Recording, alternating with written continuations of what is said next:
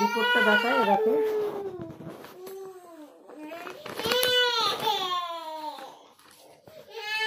এরকম আমার হিমোগ্লোবিন এটা আছে 9.2, ঠিক আছে। এটা আর একটা আছে কি ভলিউম নাকি, এটা 28.9, এটা দেখা যায় সাইডে একটু কম আছে এটা। আর যেটা বাত বলছিলাম, এই যে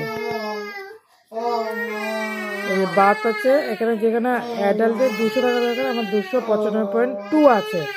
আর এখানে চিলড্রেনের 150, এটা ছাড়ো।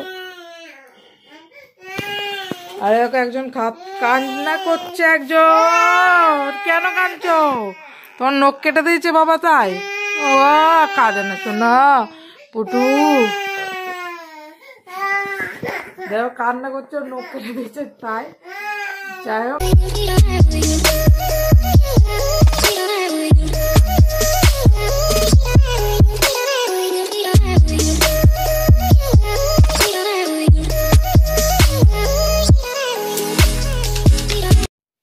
হ্যালো বন্ধুরা, তোমরা সবাই কেমন আছো? আশা করি ভালো আছো। অন্যাস ফ্যামিলিতে তোমাদেরকে আরেকবার স্বাগত জানাই।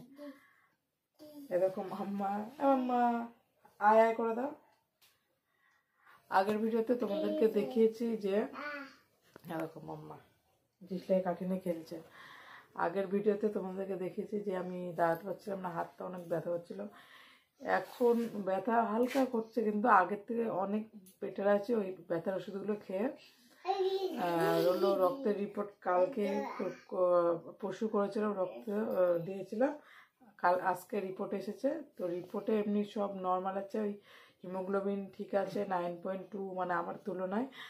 আর হলো ইউরিক অ্যাসিড নেই। ওই বাতটা ধরা পড়েছে, রিউমেটিক বাত।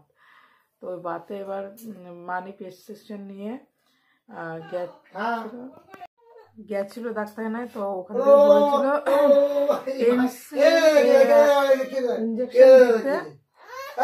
এই যে এখানে মাম্মার বাবা হলো এরকম কি করছে, ওর নখ কাটছে, তাই নখ কাটতে হচ্ছে না, তাই চিল্লামিল্লি হচ্ছে। আর ওর বাবার জামা পড়েছে পাগলাকে।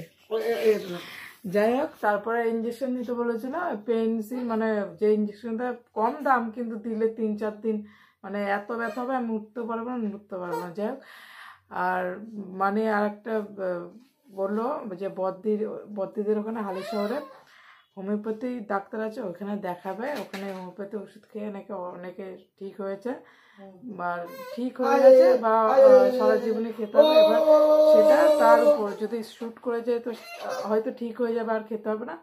আর যদি সেটা সেরকমভাবে না এফেক্ট করে, তো সারা জীবনে ওই হোমিওপ্যাথির ওষুধ খেতে হবে।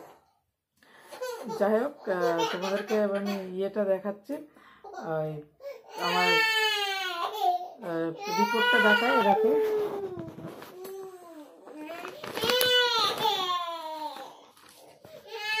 এরকম আমার হিমোগ্লোবিন এটা আছে 9.2, ঠিক আছে।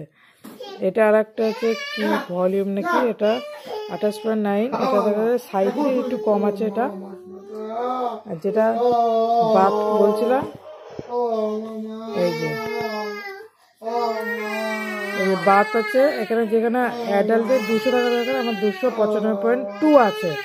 আর এখানে চিলড্রেনের 150, এটা ছাড়ো।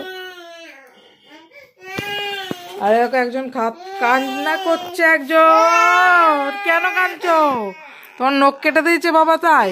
ও কাঁদে না শোনা পুটু, দেখো কান্না করছে, নখ কেটে দিয়েছে তাই।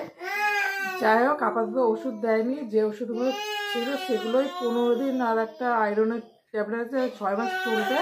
তারপরে হোমিওপ্যাথি দেখানোর পরে হোমিওপ্যাথি ওষুধ চলবে। যাই হোক, এত দূরই বলার ছিল তোমাদেরকে।